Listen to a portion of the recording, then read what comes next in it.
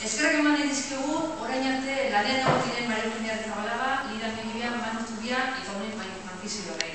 Orain arte egindako lanagatik. Orain dela 2 urte hasi ginen orain bukatzea dagoen prozesuarekin. Esan behar da, hasieratik argi genuela bazkideen parte hartzea ezinbestekoa zela prozesu honetan. Beraz, plangintza bat egin genuen eta falta ziren 2 urteetako osatu genuen. Momentu horretan zegoen liburu hartzanak programan hartzen hasi ziren. Lerro nagusiak zehazten joan ziren, astero juntan egiten ziren bileretan.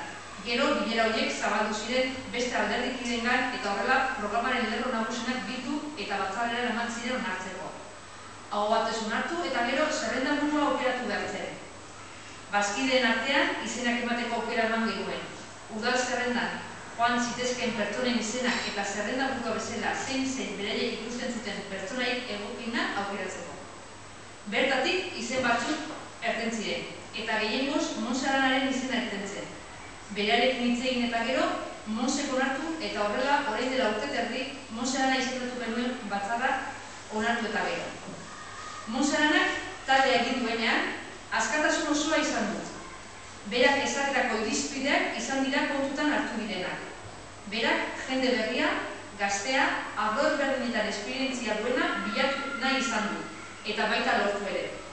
Horrela, 2011ko otsailaren 22an izandako batzarrean Zumaiako Eusko Alderdi Jeltzaleak zerrenda onartu zuen.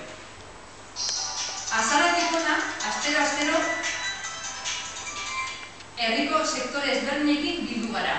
Enpresarioak, kirol taldeak, herriko abesbatza ezberdinen aurrezkidekin, gazteak, merkatariak, gizarte zerbitzuen inguruan lanean diharduten taldeekin, Zumaiako oso ezberdinak osatzen dituzten bizilagunekin eta bar. Esan behar da oso gustora egon garela bileretan, eta bertara joan diren pertsonak oso ekarpen interesgarriak egin dituztela, eta gure programan kontutan izan ditugunak. Egia esan,